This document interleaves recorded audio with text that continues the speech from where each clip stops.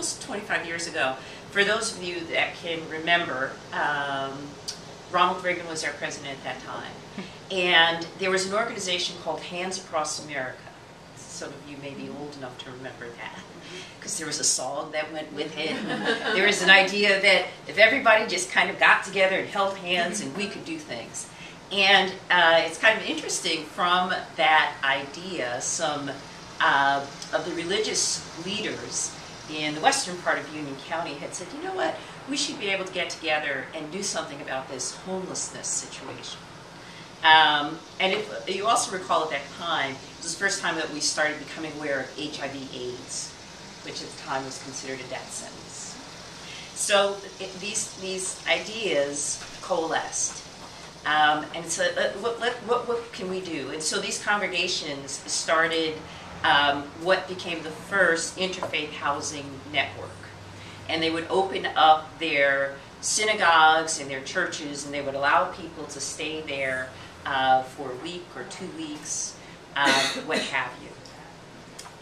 That really actually is the start of HomeFirst, the genesis, if you will. Over time, it was thought, this emergency shelter is great, but what most of us need in our lives, whether you really think about it or not, is stability. And certainly for a child, what they're looking for, and the best thing you can do for a child, is to provide stability. Stability and routine. I live here, I go to school here, I come home, mom and dad here are here, my books are here, my bed is here. And so the thought was, if we really wanted to help these families that we were working with, and HomeFirst does work with the working poor, quite frankly, how could we help stabilize their lives? Well, it's to give them a place to live. And as I said, it's something that we take for granted. When we get up in the morning, it's really okay if you're running late, but you can still run into the bathroom and get a shower. Well, if you're living in a shelter, you need to be on a time schedule. If you need to shower, you need to be in there by a certain time, because you have to be out of the shelter by a certain time and on your way.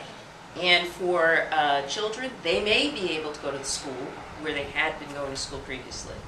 But for a lot of adults, they're kind of out in the street, you know, and you're not allowed to come back until 5 or 6 in the evening. And your belongings are in plastic bag. And even with our emergency shelter, folks would live in one congregation for 2 weeks. And then they would move to another congregation for 2 weeks.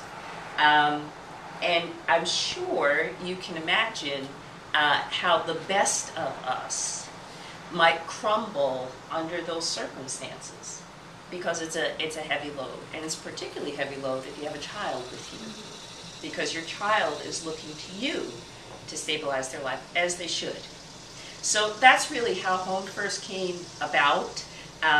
It was understanding that the emergency shelter program is very good, and we still have that in place, and we still rely on a lot of congregations. The congregation I belong to, Fountain Baptist Church, is a support congregation. We work with Temple Sinai and Summit to provide meals when we have a shelter guest. But our real goal is to help stabilize families. And that's why I said I really feel, though it's not part of our mission statement, that what we offer is compassionate hope and help.